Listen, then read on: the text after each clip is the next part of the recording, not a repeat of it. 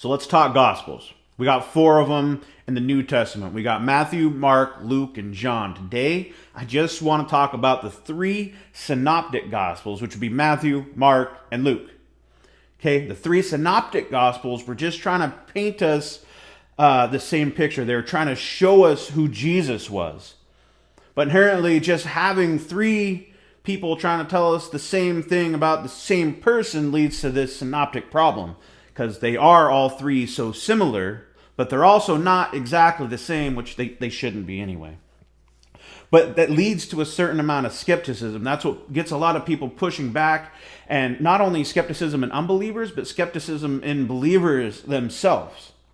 So I think there are some things, and there's a lot more to this, obviously, than we're going to get into right now, but there's a few things that we need to remember, a few things that we need to keep in mind.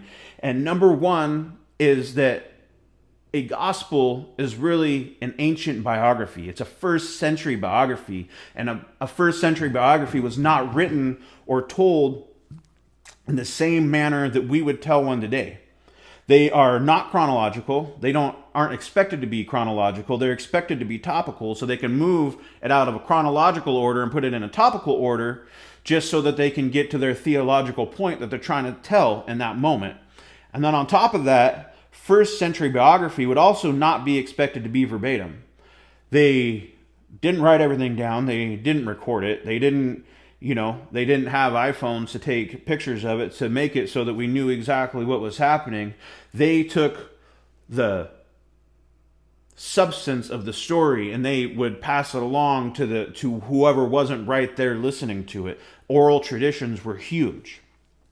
And then number 2 is to think that even though all 3 authors were telling us about the same man, they were all 3 telling us about Jesus, they were in fact 3 different men with 3 different thought processes and 3 different writing styles and 3 different audiences. So there's no reason to believe that all 3 would have told us the exact same things and they would have lined up in the exact same way. But what they did have is they were close to their sources. Matthew, Mark, and Luke were all written right around 40 AD, so they were like within their lifetime, and either they got to speak to and see Jesus themselves, or they got to talk to and be a part of an interview, for lack of a better words, the people that were with Jesus themselves.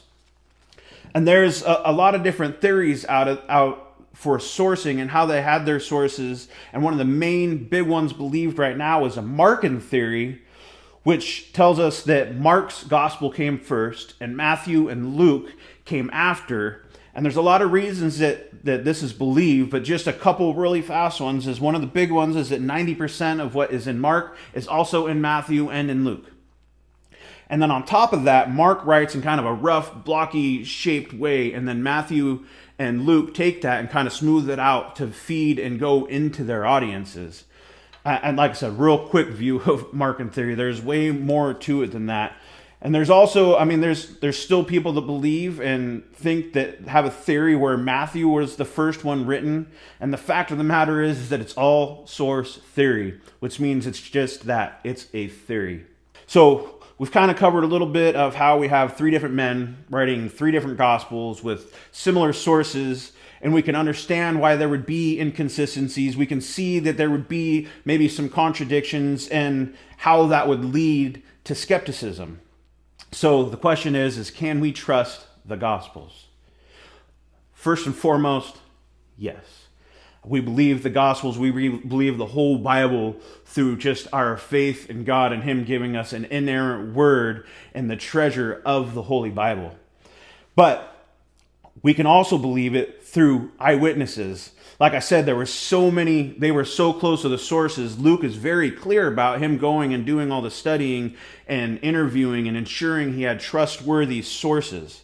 There's an agreement between all 3 of them about who Jesus is and what it is he was taught and the ultimate goal of what he was doing and his death and his resurrection. And so much of it can be confirmed historically, both archaeologically and through literature. And then, of course, The inherent nature of the Gospels themselves is to tell the good news, the story of Jesus. And there are so many prophecies that Jesus fulfills throughout the Gospels that we get to see, yet there's nothing through the Old Testament that would have ever made the Jewish people believe Jesus was going to die the way he died and be resurrected the way he was resurrected. To be actually come up out of a tomb is not the way that it was ever anticipated to be. So we believe in the Gospels because we have faith in our God and the living word that he has given us. And as one of my professors recently told me, the synoptic problem is not really a problem at all, because Scripture doesn't need to be fixed, but it's actually a gift from God. It's a mystery, and it's a revelation. So research the mystery, and there's so much more to learn about the Gospels, and I hope you do, because I know I will.